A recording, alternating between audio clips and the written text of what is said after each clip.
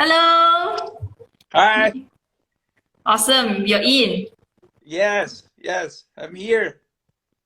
All right. Thank you so much for being a part of this again. So, Copy On is a Sunday program where we want to connect people and to inspire community. And thanks to technology, we're able to bring this conversation accessible to everybody who's here watching and who's here with us today. So, I'm Okay, extremely excited. It's excellent.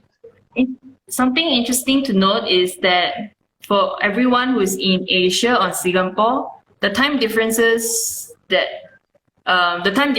is about 14 hours, right? Yes. So it's about 1 a.m. there now. 1 a.m. in Costa Rica. Yes. I see. Wow, thank you so much. You're welcome. My Okay, so pleasure. let's have a chat. For those that have questions for Gonzalo, please feel free to post them below as well. Yeah. Oh, hello. All right. I'm living here. So, Gonzalo, could you tell the viewers what is Coffea Diversa and what do you want it to be? Yes. Well, Coffea Diversa is a coffee plantation that is unique. Is cutting edge. I would say it's the most cutting edge coffee plantation in the world. Is it okay? Can you hear me? A bit louder, if you can. Get closer, or what? Oh, you talk Yeah, higher. I think it's okay. It's okay. Okay. Well, yes. What we do is we produce many different botanical variants in the same in the same terroir. So we can offer a wide variety of coffee taste profiles produced in the same microclimate, and those different taste profiles are generated by the genetics of our botanical variants. What is botanical variants? What do you mean by botanical variant? Is the kind of plant, is the kind of coffee tree. You see, like in wine, you have different different botanical variants of wine, right? You have the red grapes, you have the green grapes, you have, for example, you have the Pinot Noir, right? And you have other many different types of wine. I mean of grapes. Okay. In coffee, we have the same. We have many different botanical types of trees that are different, right? Genetically from each other. Does But the plant taste different from each other? Different botanical variant, do they taste different? it's different. Yes, it's different. But what happens is that most coffee farmers in the world they plant the same botanical variants, right? And most of them are mutations of Typica or Bourbon. So all of Yes. them are very close to each other. For example, Caturra, which is a very common botanical variant planted all over the world. Caturra is a botanical variant of Bourbon. So basically, everybody plants the same type of botanical right, all over the world. So what the differences in taste you find, for example, from a coffee from Costa Rica and a coffee from Guatemala, the difference in taste is because of the terroir, of the microclimate. It's not because of the differences in the genetic material. So what we do in Coffea Diversa is different. We have the same microclimate. We have that variable fixed, Mm-hmm. microclimate, the terroir, because it's the same plantation. And what we do is we plant small plots of different botanical variants. So we end up with different taste profiles, even though all those trees are planted in the same plantation. So that's what we do, and we have the largest private collection in the world of coffee botanical variants. We have about 750 different types, but commercially we produce only a handful, maybe about 20. Only 20 of those are produced commercially. In the future, we will produce more, but it takes time. And Coffea Diversa is also known as a coffee garden, not a coffee farmer, because of the nature of what you do. Is that correct? Exactly, because in a coffee farm, you normally have only one botanical variant growing.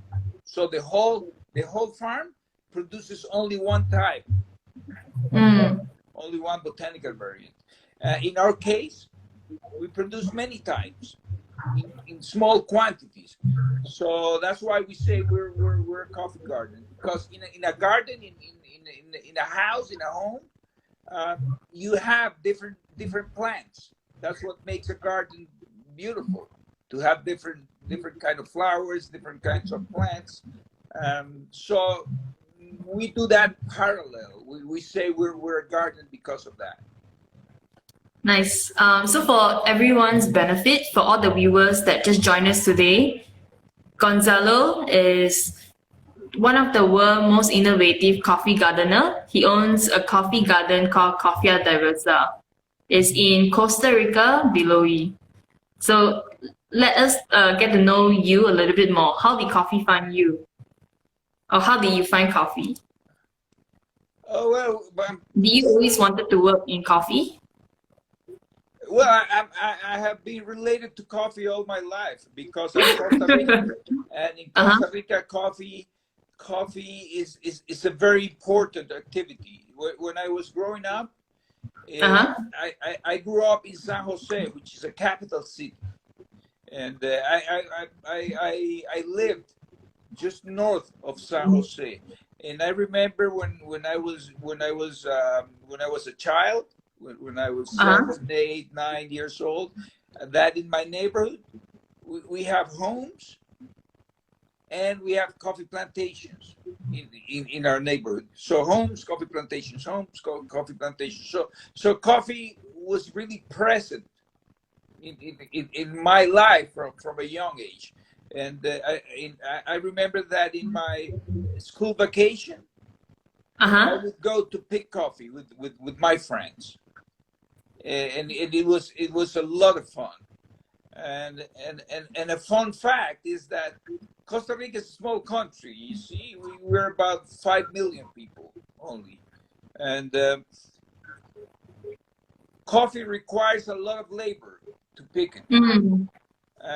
So when we were starting to produce coffee in the 1800s, we were just the population was much smaller, of course, than what it is now, and so we needed everybody to pick the coffee. So the government decided in the 1800s that our school year was going to be from March to November. Right, and that was because of coffee. The harvest period of coffee. Because harvest started in December, so all the kids would be on vacation and would go and help their families. So our school year was designed around coffee. Wow. Coffee was so important to us. That's very interesting. So I also know that you sell and market your coffee. Is it important that farmers know how their coffee tastes and score? I'm sorry, can you repeat the question? Is it like, what are your opinions about farmers? Is it important that farmers would need to know how their coffee tastes and score? Oh yes, of course, that is super important. But the reality is that the vast majority of farmers don't pop their coffee. They don't even know how their coffee tastes. Yeah. But it's super important. But fortunately, that is changing. There is a new generation of coffee farmer, young people that are showing a strong interest on roasting and cupping their coffees and getting to know their coffees more. But yes, I know it would sound amazing to you and the people that are with us in this presentation. It would be amazing to know, or very strange to know, that in many cases, farmers produced coffee all their lives, and they died, and they never tasted their coffee. Yeah, coffee is just another crop, another like agriculture that they would grow in their farm, right? Usually. No. Normally, a farmer that grows coffee grows only coffee in our country, yes. Because in Costa Rica, well, it's different than in Brazil, for example, where they have huge farms. In Costa Rica, the coffee farms are small. So they grow only coffee. They don't have more space to grow the things, so they focused on coffee. Well, interesting.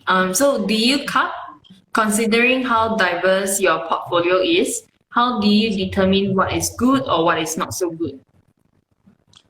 Yes, we cop all the time. We cop all the time, and what we, of course, we cannot have commercial plantations for 700 different botanical variants. So what we do is we cop, and when we find something interesting, something that has a significantly different taste profile, we decide to plant a small plot. Yes, by copying, we copy it. If we find something different, we plant it. It's not only based on how good a coffee is, but how different the taste profile is, because we want to be able to offer different taste profiles. Because in the end, maybe what I like, you're not going to like so much, and what you like, Leon is not going to like so much. So taste is a very personal thing. So what we do is just try to find the most different taste profiles and produce them. So you're looking to make all the rare variants available to public that usually coffee growers wouldn't grow because of its low yield, and also maybe it's like productivity low, or like it doesn't stand like a tough kind of environment, right? So you choose to grow all of that to make it available to people.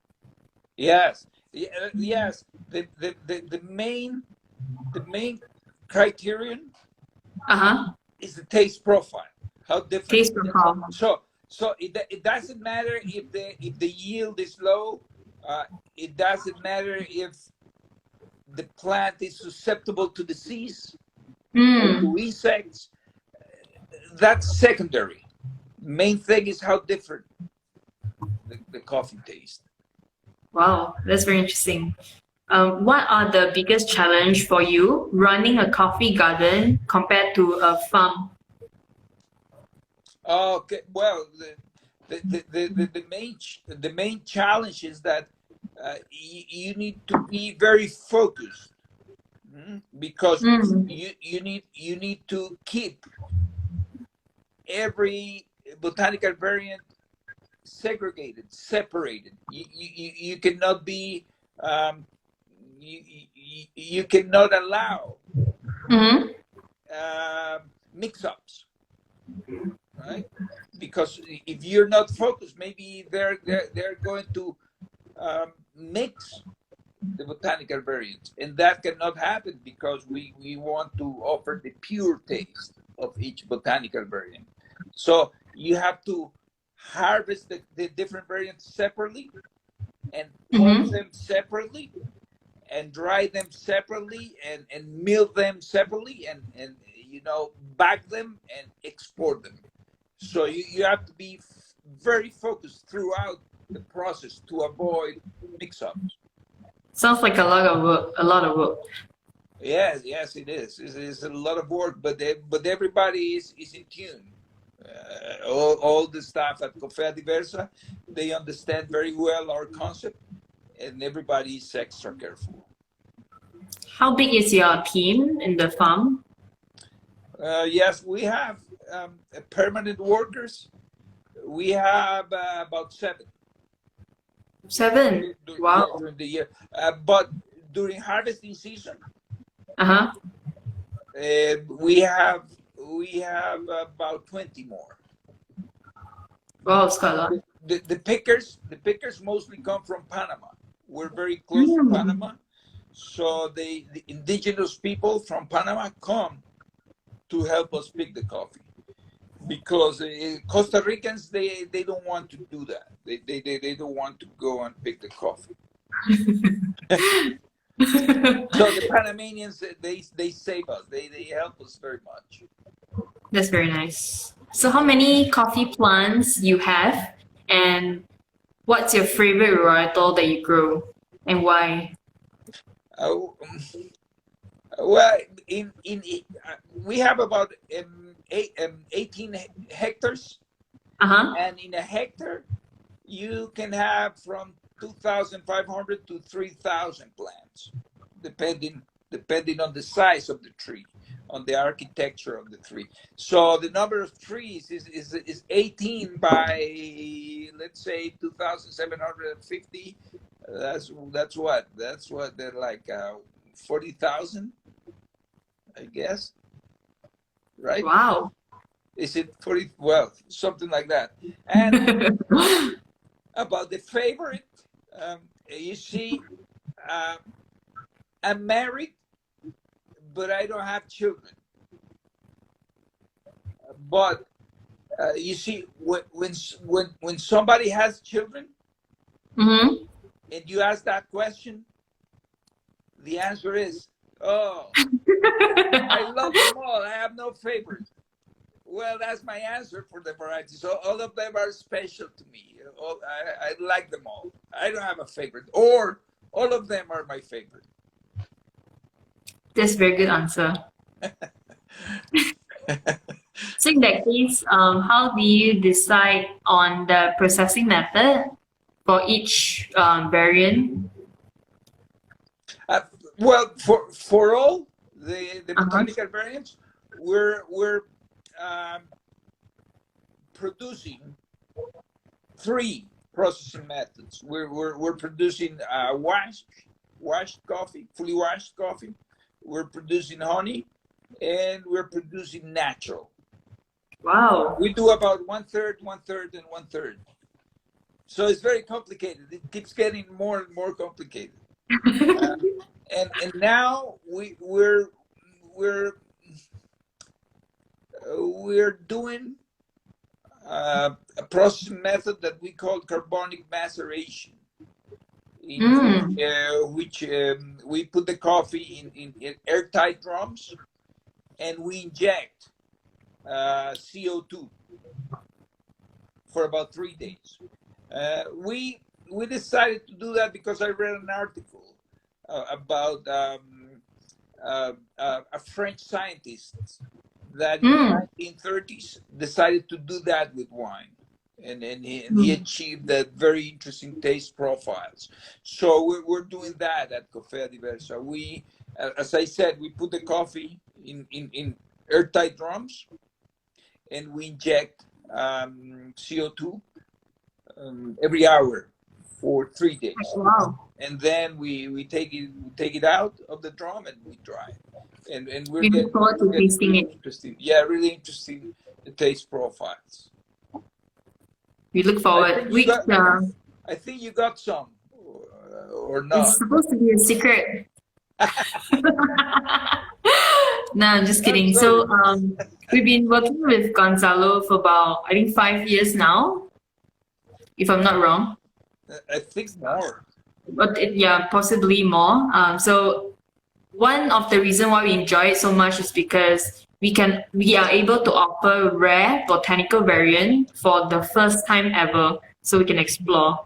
So for ourselves also, when we taste and we brew, when Gonzalo send us the coffee list, we always get very excited because it's something new, new variant, new flavor profile, new tasting note. So we want to be able to share this with you as well. So for the coffees, it would be released on this special program called the Coffee Drop, where it's a monthly program where if you want to know, follow us on Instagram. We will do all the coffee announcement and all the updates over there.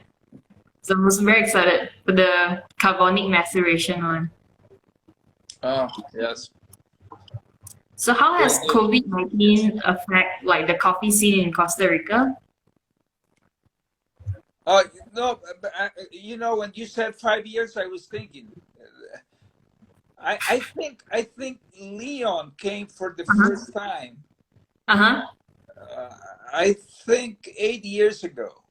8 years ago, wow. I think so, and he came, and he was so enthusiastic, and I like Leon, and I like Papa Paleta a lot because you're very supportive. You see, because sometimes roasters, foreign roasters, come to visit, and you feel that they're coming only for the photo op. You see, they just want their photo op, at the plantation, and then go to visit another farm, and you don't see them anymore ever again. Bye. They had their photo and bye. But with Leon and with Papa Paleta has been different. He has been in my house, sharing Wow. my family. Yes, for I think 4 times. It's been 4 different years, and he's been with us, and we have a very good friendship. I've been at Papa Paleta, I think, about in Singapore about 4 times. 2 years ago? Oh, 4 times really? Yeah, like 4 times. And Leon came with his wife to Coffea Diversa. So we have been able to build a strong bond, between both of us.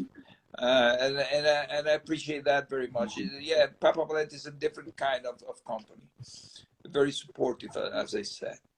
And Thank you very much. yes, and you were what did you ask? No worries. We hope Leon is listening to this. Huh? We hope Leon is listening to this as well. So how has COVID-19 affect like the coffee plantation or the coffee scene in Costa Rica? How is what the COVID affecting? Yeah, COVID. Oh yes, it's affecting because as I was saying, we Costa Ricans, we don't pick coffee, so we have to rely on foreign labor. So the pickers come from Panama, which is our neighbor to the south, and from Nicaragua, which is our neighbor to the north. And because of COVID, there are a lot of new regulations that have been issued by the Ministry of Health in Costa Rica. So those new regulations have put a lot of barriers for those pickers to come. And the number of pickers that will come to Costa Rica this year will be less.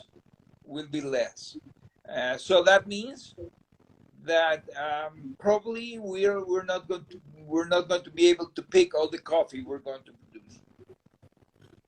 So COVID is really affecting us in that sense. but we'll see. The crop is starting now, and it will go. It will finish for the whole country in March. So we will see how it goes. But right now we're having problems to pick the coffee because hopefully it'll get better. Yeah, I hope so. Yeah. What are is there any like exciting new things in the plans for Coffea Diversa? What are your next steps?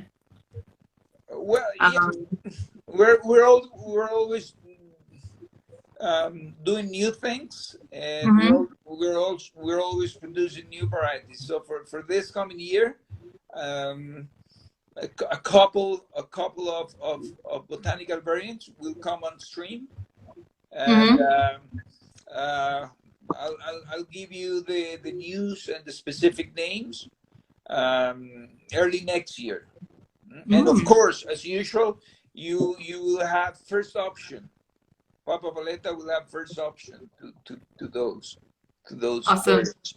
also, we have replicated our garden in other countries. We have a garden also. We have a Coffea Diversa garden in Guatemala that is producing outstanding quality coffee. Small amounts because the plantation is young, but this coming year we will have a good crop from Coffea Diversa Guatemala, and it might be interesting for you to compare the same botanical variant grown in Costa Rica, grown in Guatemala, and see how the taste profile differs. Yeah, it will be very exciting Because of the different terroir. So that's good news. That's exciting, and we also have a Coffea Diversa garden in Jamaica, in the Blue Mountains of Jamaica. Wow. But yeah, the quantity produced is tiny. Yeah, still is tiny, but again, next crop it will increase a little bit, and we might be able to offer you some. So we're excited. Any plans for Coffea Diversa to have a plantation here in Asia?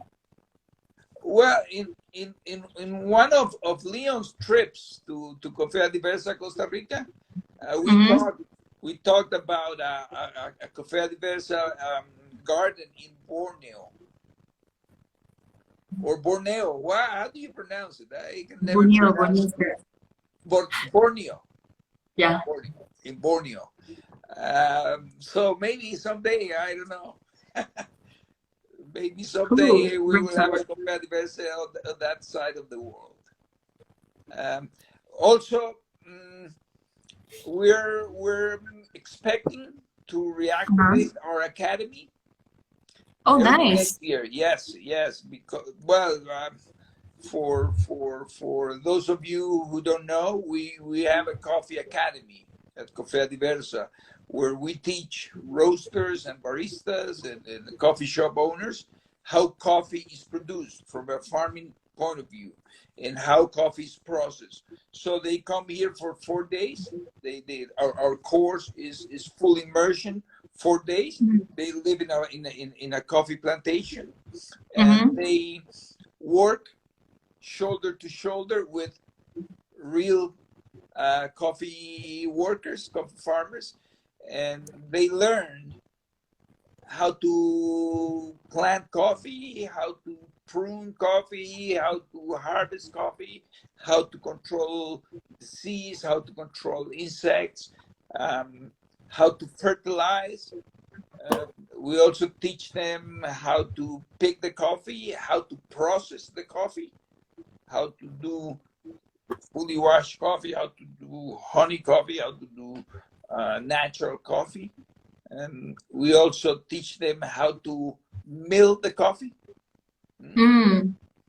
how to classify the coffee by size with screens, hand pick the defects until we get the final product, and we package it in an export bag, so they get the full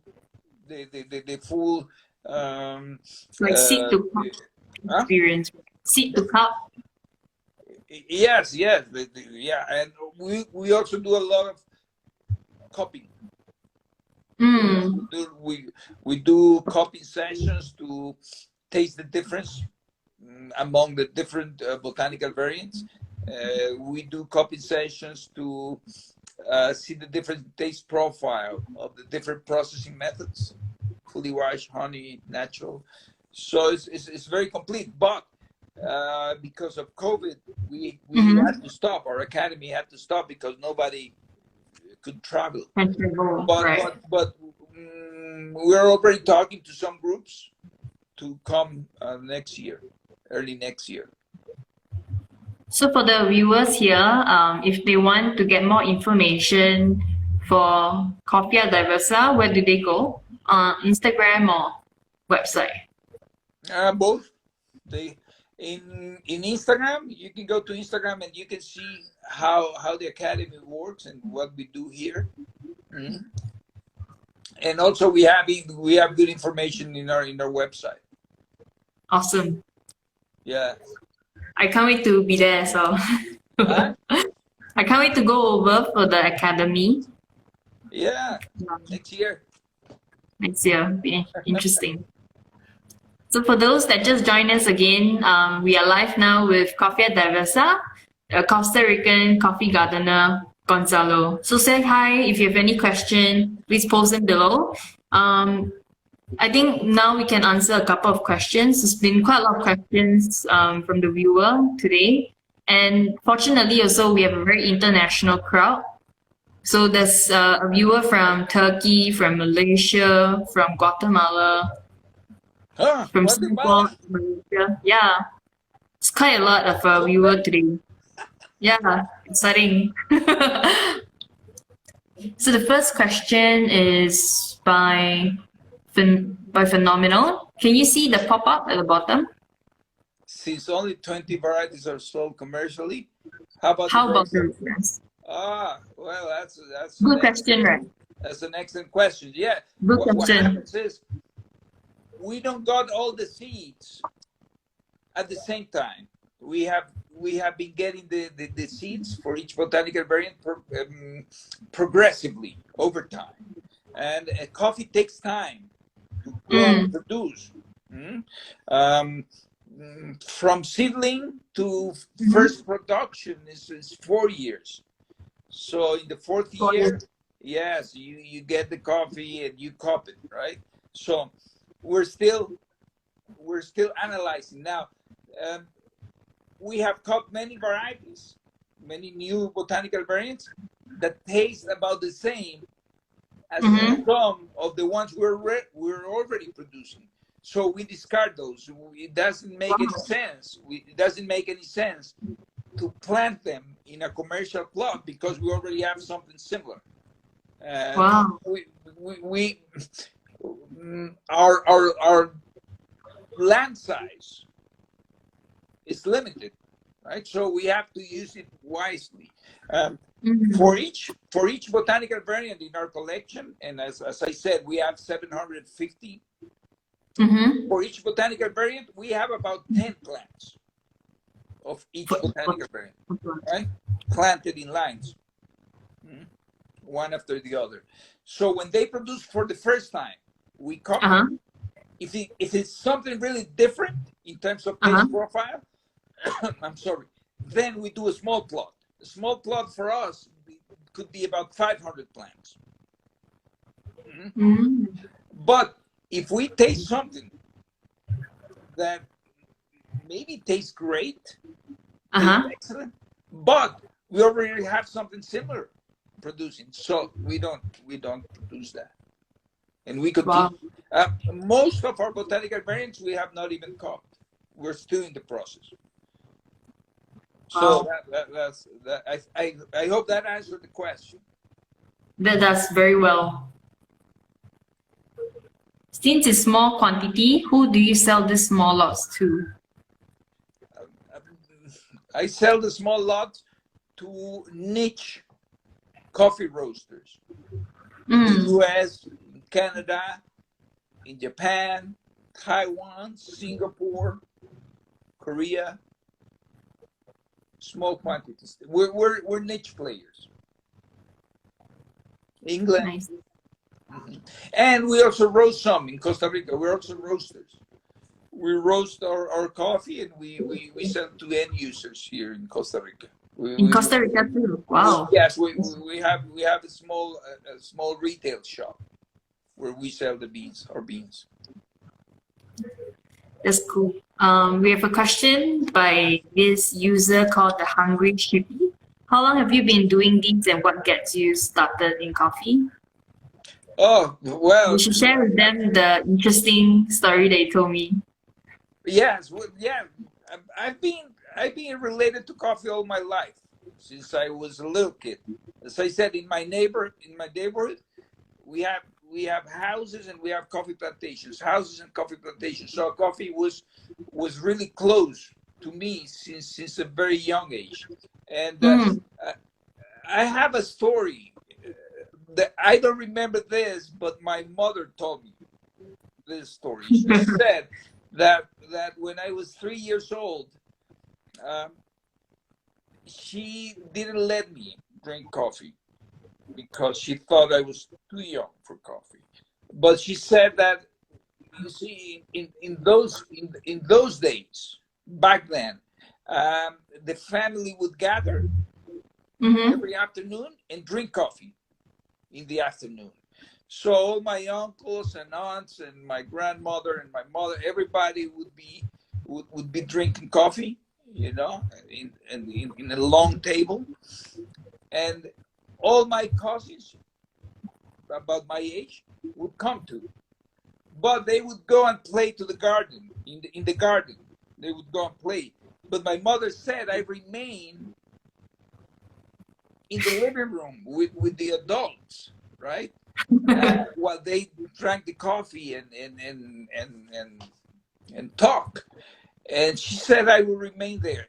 And I did that because when they finished drinking the coffee, normally a little bit is at the bottom, right? So my mother says, yes, my mother says I would go to the cup that my uncles and aunts left, right? And I would drink that little bit, that little bit of coffee at the bottom that everybody left. So I love coffee. I don't remember that, but you know, my mother told me that story, and I fell in love with coffee from such a young age.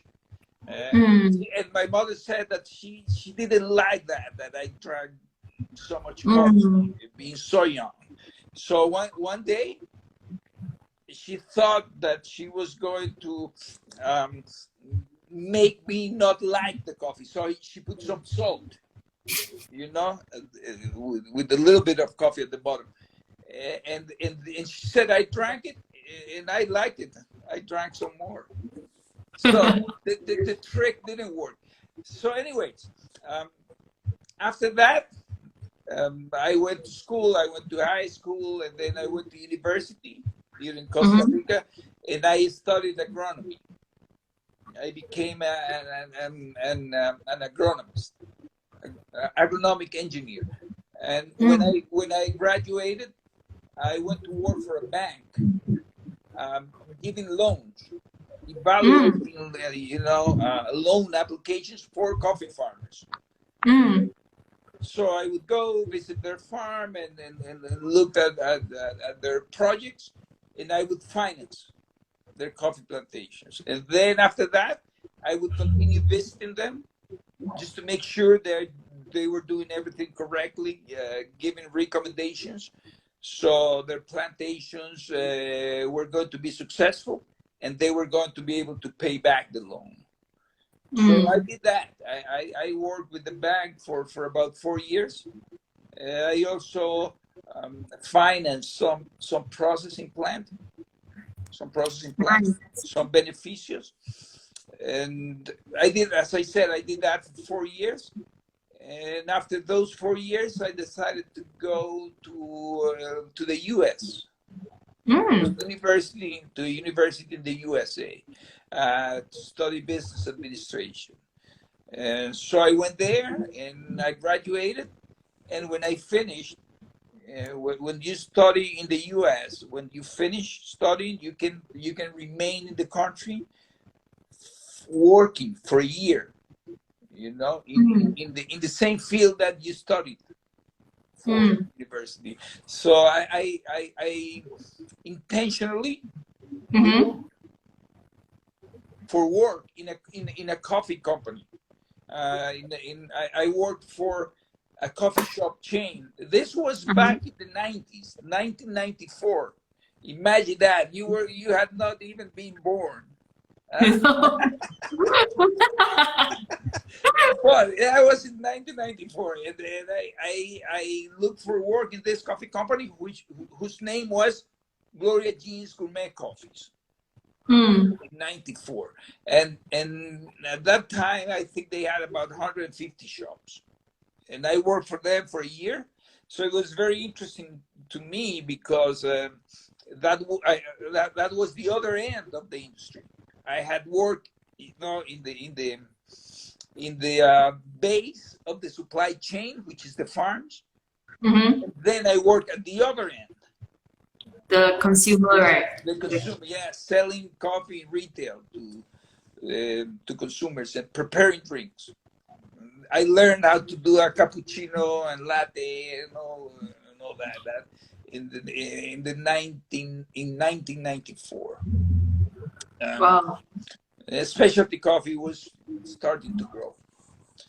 So I worked there for a year, and then I came back to Costa Rica, and I worked for a USA multinational that sells farm inputs to coffee farmers, and I was in charge of the coffee market in Costa Rica for 2 years when I came back. And then I was transferred to Guatemala, and I was in charge of the coffee market in Guatemala. So coffee. Oh my God. And then while I was in Guatemala, I applied for a job in Jamaica.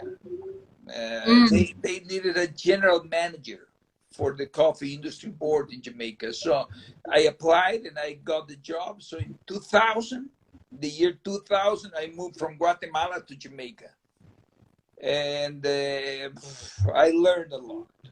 Right? I started to get into different areas of the coffee business that I had not been involved with, like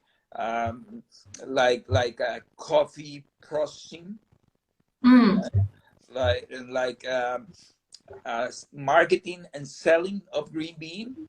And I started to travel to many countries to visit the clients that purchased, to visit the importers that purchased the Jamaica Blue Mountain coffee. And I went to the main client for Jamaica Blue Mountain is Japan. Was Japan. It still is. Wow. Back then they took about 90% of the Jamaica Blue Mountain coffee, the Japanese. Nowadays it's about 70 to 80%. But then I got to know the specialty coffee culture in Japan, which was the most advanced back then. They were far ahead, right? Then everybody else caught up. And after that, I worked for 3 years. And then I finished my contract and I went to live to Barcelona, to Spain, to Europe. Again, with coffee. I started to trade coffee by myself. And I lived there for 5 years. Then I returned to Costa Rica to start and to develop the Coffea Diversa project. Awesome. That's what I've been doing ever since, and I still do coffee trading from different countries. I've been focused on rare coffees, on exotic coffees, coffees from origins that people don't even know produce coffee. For example, Canary Islands. Canary Islands produces a little bit of coffee. We get that coffee from, for example, New Caledonia, from Saint Helena Island, from Guadalupe Island, from many Galapagos, exotic places that produce coffee. I've been focusing on those exotic origins and selling those coffees. Awesome.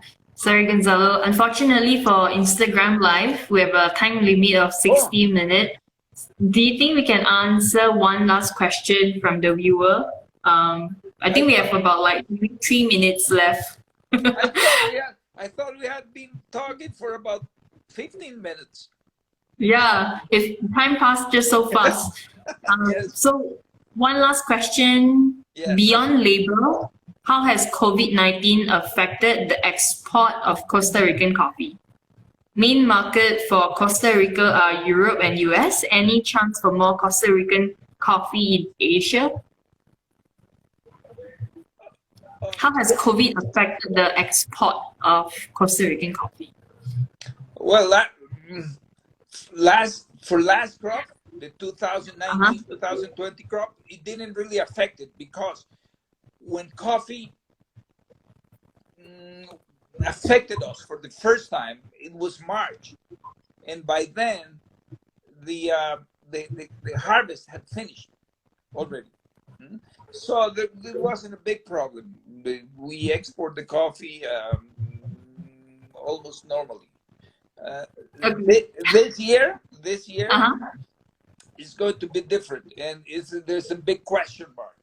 If we don't get enough pickers from Panama and from Nicaragua because of COVID and because of the barriers we have now to let them in, then crop size will go down, will be affected, definitely. But it remains to be seen. If you ask, my opinion is that we're going to be affected. But there are some people that are more optimistic. That they say, no, just wait, maybe everything will be okay. But I think it will be affected. The amount of specialty coffee coming out of Costa Rica will be reduced because of COVID. Thank you so much for sharing. I would love to continue talking, but unfortunately for Instagram Live, there's a time limit. So one last comment from Yao Yao. She said, thank you for sharing. Hope to keep more coffee traders with a sense of social responsibility, corporate responsibility, and long-term planning in the coffee industry. Yeah. Thank you so much for joining us today, even though it's so late. Everybody here, including myself, appreciate it so much. Oh, it's my pleasure. Thank you so much. We'll do it again. Someday. We should do it again, yeah. So again, if you guys want to rewatch this, it's available on IGTV or our YouTube channel. You should check out Coffea Diversa on Instagram and their website as well. All right, thank you very much. Thank you very much, Gonzalo. Have a good night. Thank you. Bye-bye. Coffee on. Bye-bye. Okay.